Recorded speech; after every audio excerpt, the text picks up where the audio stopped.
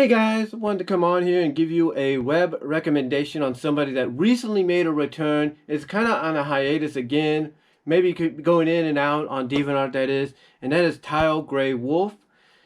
He has been doing the kind of stories, writing the kind of stories, typing them up, if you will, that I've become a fan of throughout the years since about the mid to late 90s. I think ever since his high school and college days.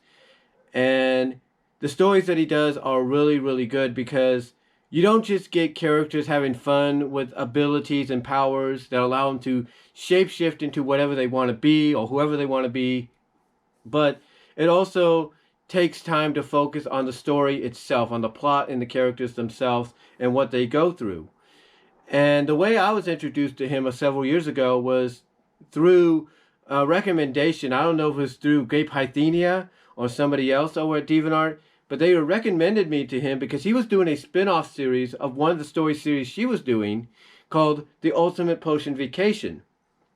Now that Ultimate Potion Vacation series is TalGreyWolf's series, and it's a spin-off to Grape Hythenia's Potions, Place, and Gina series, which I kind of mostly at times helped to come into existence due to my commissions for the story series to continue and have the introduction of certain characters involved and what they would go through.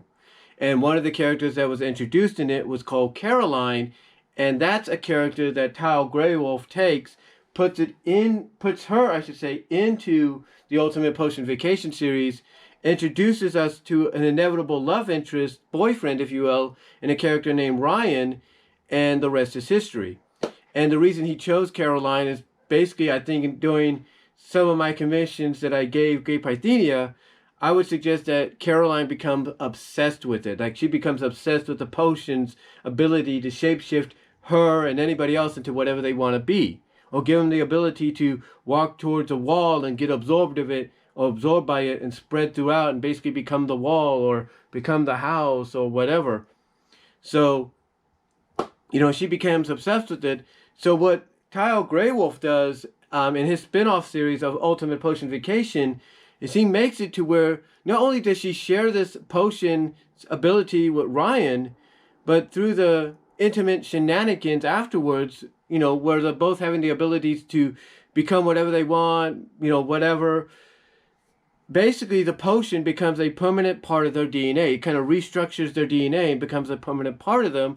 So now they don't need the potion to become whatever they want. They just think about it and they become it. So really, really interesting kind of twist, if you will, to the story, or surprising twist or addition to the story. But, even though Tal adds that to it, it doesn't take away the fun overall that you get by reading the story. Like, you just read the next chapter wondering what shenanigans Ryan and Caroline are going to get into next.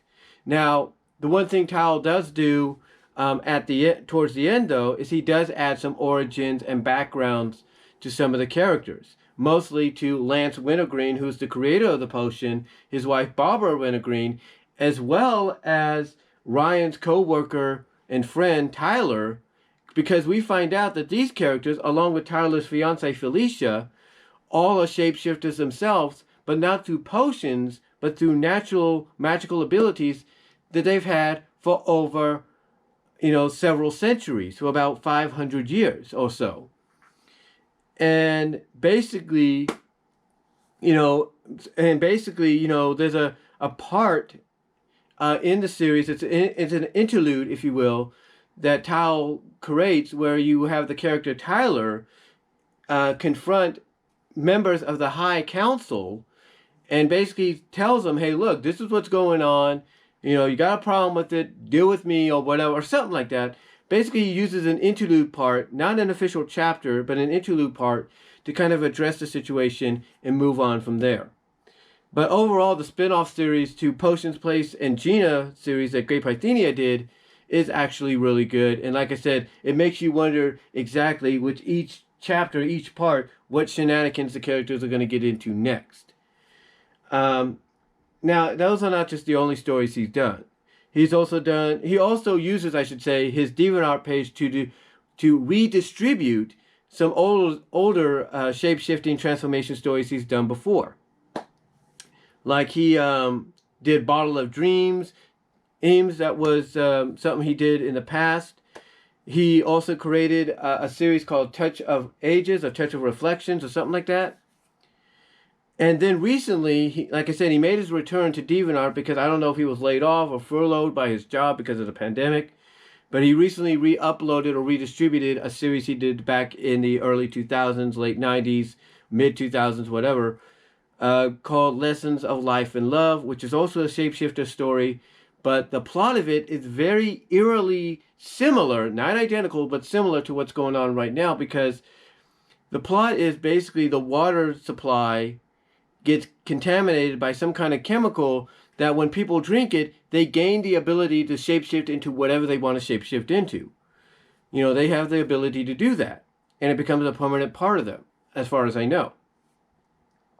So mainly what happens is a lot of the major cities get locked down because of this, and our story focuses on initially three characters, then expands to 4, then to 5, and each character does take the water, does drink the water, and gain the ability to become whatever they want to become. Our 3 main characters take it out of curiosity because they hear about what's going on in several major cities, and they're like, ooh, you know, I wonder. And it's like, it's the curiosity, you know, it's the curiosity gets the cat kind of deal.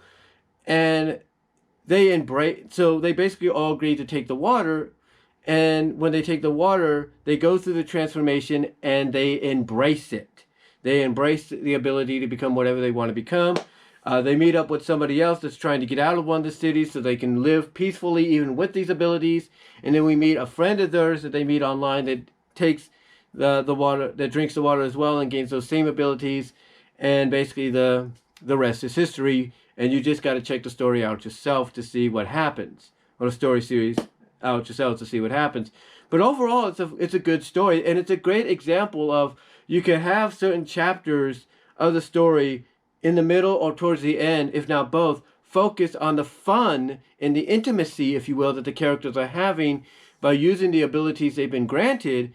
But then there's a break in that where the other chapters are just focused on the character development, the development of the characters and the development and the continuation of the plot, like what's going to happen next. But later on, towards the end, you do get the characters, if not some of the newer characters, having a little intimate fun when it comes to their powers and abilities.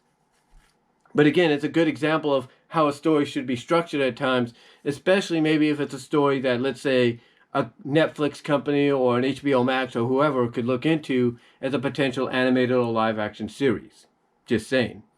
But overall, I highly recommend, though, you guys check out TalGreyWolf's DeviantArt page. I'll provide a link in the description as well as hopefully here on the screen so you guys can click on it, check it out. But I just wanted to come on here, give you guys that recommendation. Let me know what you guys think down below about it.